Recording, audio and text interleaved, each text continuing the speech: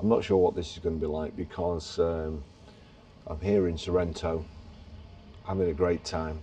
Weather's been fantastic. Today it's given rain and thunder in a short while, so I decided to try and make a vlog, seeing as my YouTube earnings are going down while I'm away. And behind me, over my shoulder there, I'm not sure you'll be able to see it through the mist, but that's Vesuvius. And Vesuvius reminds me of the scene in A Few Good Men where Jack Nicholson says, I eat breakfast 300 yards from 4,000 Cubans who are trained to kill me, so don't think for 1 second that you can come down here, flash a badge, and make me nervous.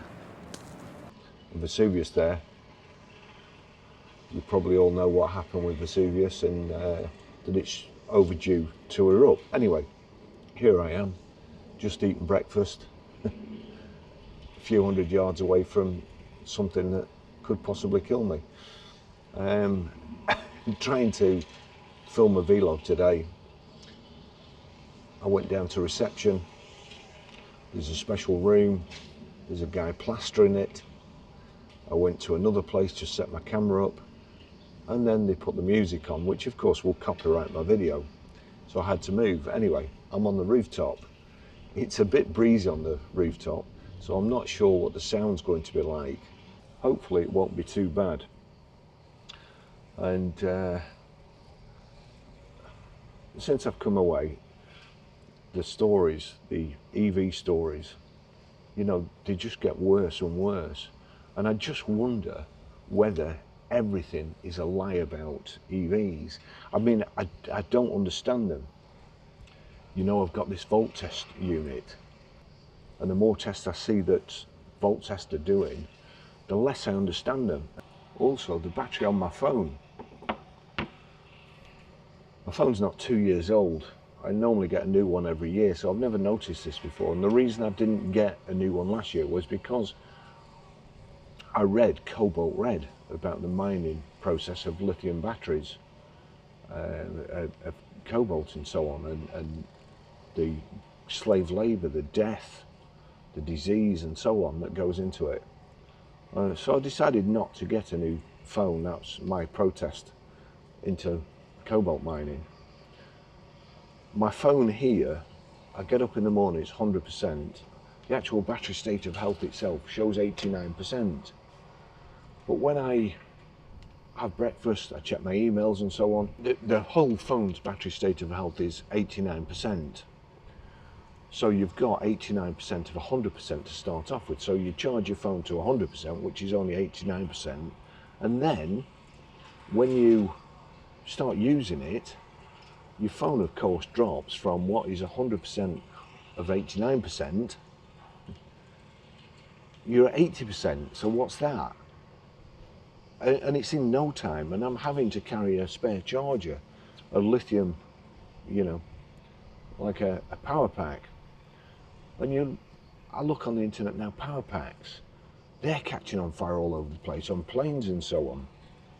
I have an explosive bag which I carry anything that's got lithium in on the plane, anything that's got lithium batteries in, is in an explosive bag, fireproof. Not everybody does that, of course, because, well, to be honest, you look at some of the people on the plane and you wonder how they've made it to the airport, let alone what they've got in the case or whether they've read the instructions about not putting lithium batteries in their suitcases. And again, I keep seeing these, or somebody the other day, what was it, KE15 MPY, he's a real gobshite, real, you know, just on my case all the time, which I don't mind because it proves he's reading the title. It don't prove he's watching the video, because I don't think he watches the video. I just think he spouts off at whatever he wants to. And these people saying, oh, petrol cars, diesel cars catch fire more than batteries, and perhaps they do. There's a lot more, and there's a lot of older vehicles. I'm in Sorrento now, and honestly, there are more 60-year-old Fiat 500s knocking around here than there are electric vehicles. You know, I mean, those vehicles have cost nothing to run. Whole life costs nothing, nothing. And they'll still be here in another 50 years when all these EVs will be in the scrapyards. And that's subject to the manufacturers taking responsibility and recycling the batteries, which of course they have to do. A lot of people are saying on my feed, a lot of people that, you know, people think I take sides.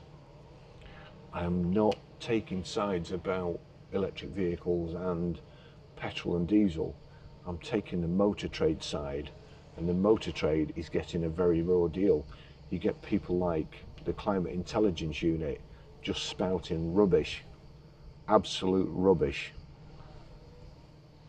And, you know, I couldn't do it.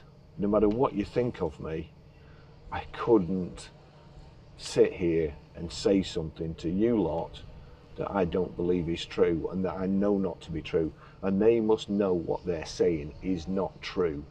They are not hitting the ZEV mandate. They are nowhere near hitting the ZEV mandate. And even though it's been watered down and it has flexibilities, they're still not, because they're having to throw money at it. And if you throw money at a problem, then it devalues the product. Why should it devalue the product? Round here in Sorrento, I'll try and get some footage, but all the hotels now have like basically golf carts, and they run people to and from the train station in these electric golf carts. It's ideal, absolutely ideal. I see Citroen Amis around here at the airport. At the airport they were using Fiat Topolinos, which is a Citroen Ami, the Fiat version, and you know, they're shooting up and down there on the runways, you know, the terminals, and they're shooting in between planes, and they're ideal for that. My Citroen Ami, I've said it a million times, it's ideal for me. It costs me hardly anything to run, gets me into town. Probably saves me a fortune if I was, say, going on the bus. It saves me a fortune when I'm parking. It's just ideal for me. But here, the heat seems to be destroying the battery on my mobile phone, which takes me back, rambling a bit, because there's no script today. As I say, I don't know what it's going to come out like this at all. Not that I ever have a script, but the lads at Volt Test, two different tests on two Teslas. One had done a lot more miles and was actually in better condition than one that had done less miles, and they were about the same age and so on.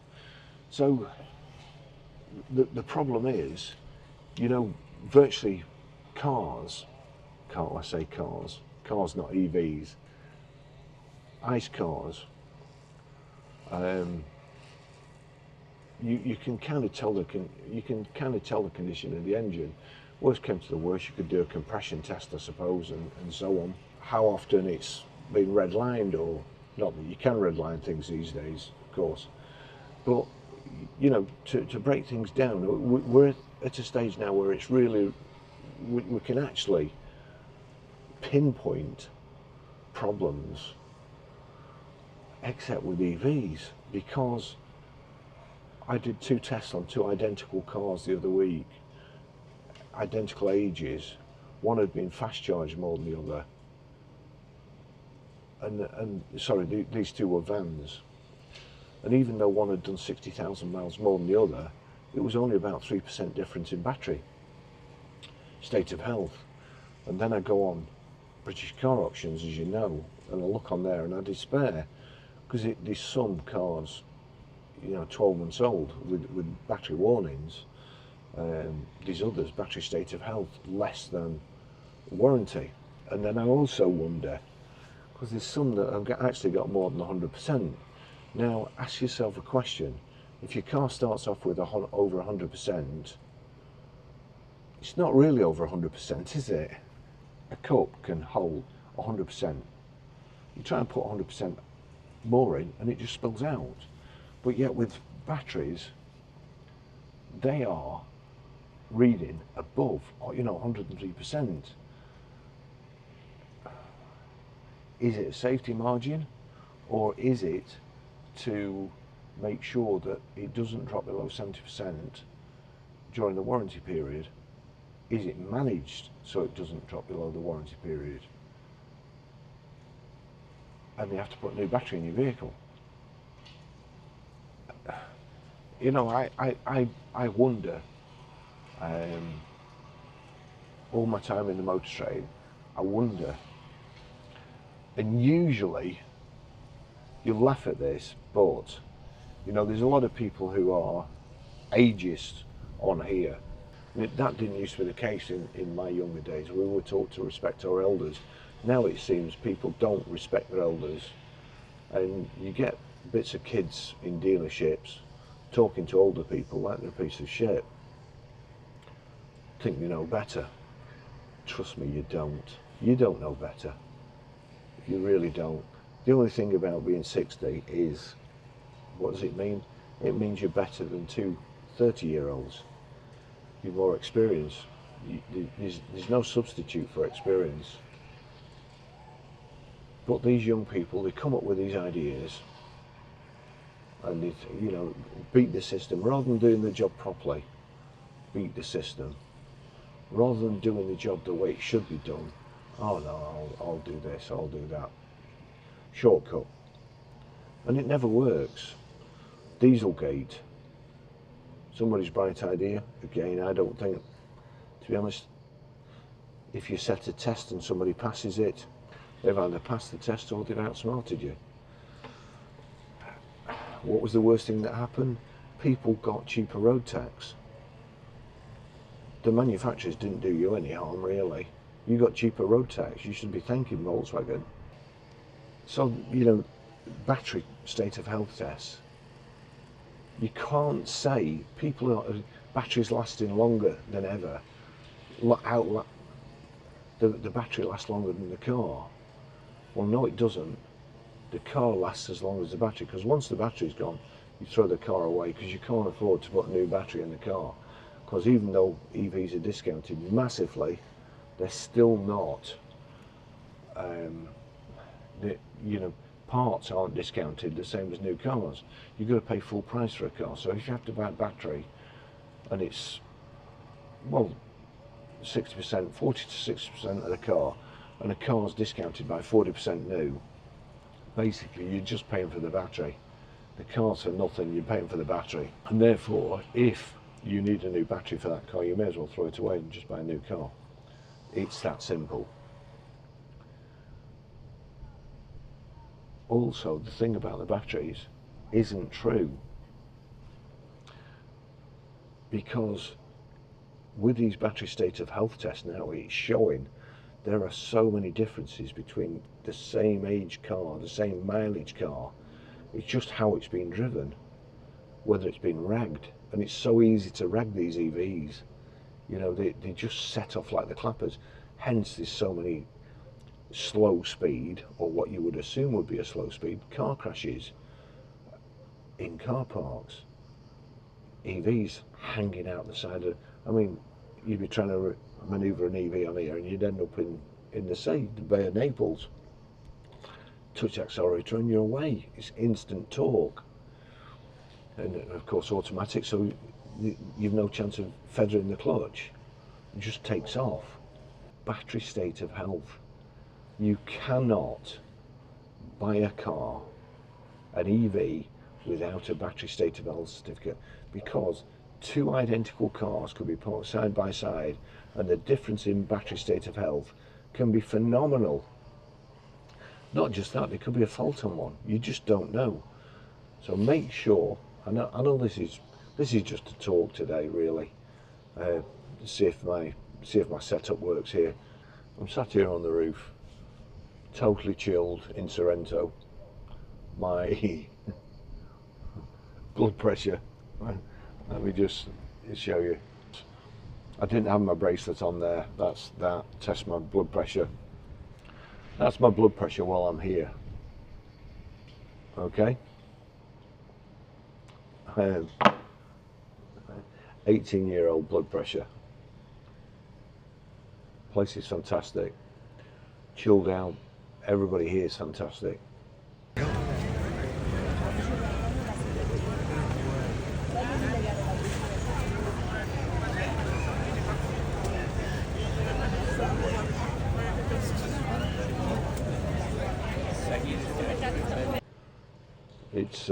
It's a different world than back in the UK at the moment, I can tell you, because just there is, I've tried not to look at social media, to be honest. It's that awful. So this is it anyway. Can you see? You still can't see Vesuvius there. It's a sight to behold, and Sorrento, I can certainly tell you, is fantastic. Thanks for watching this ramble. See you in the next video. Bye bye.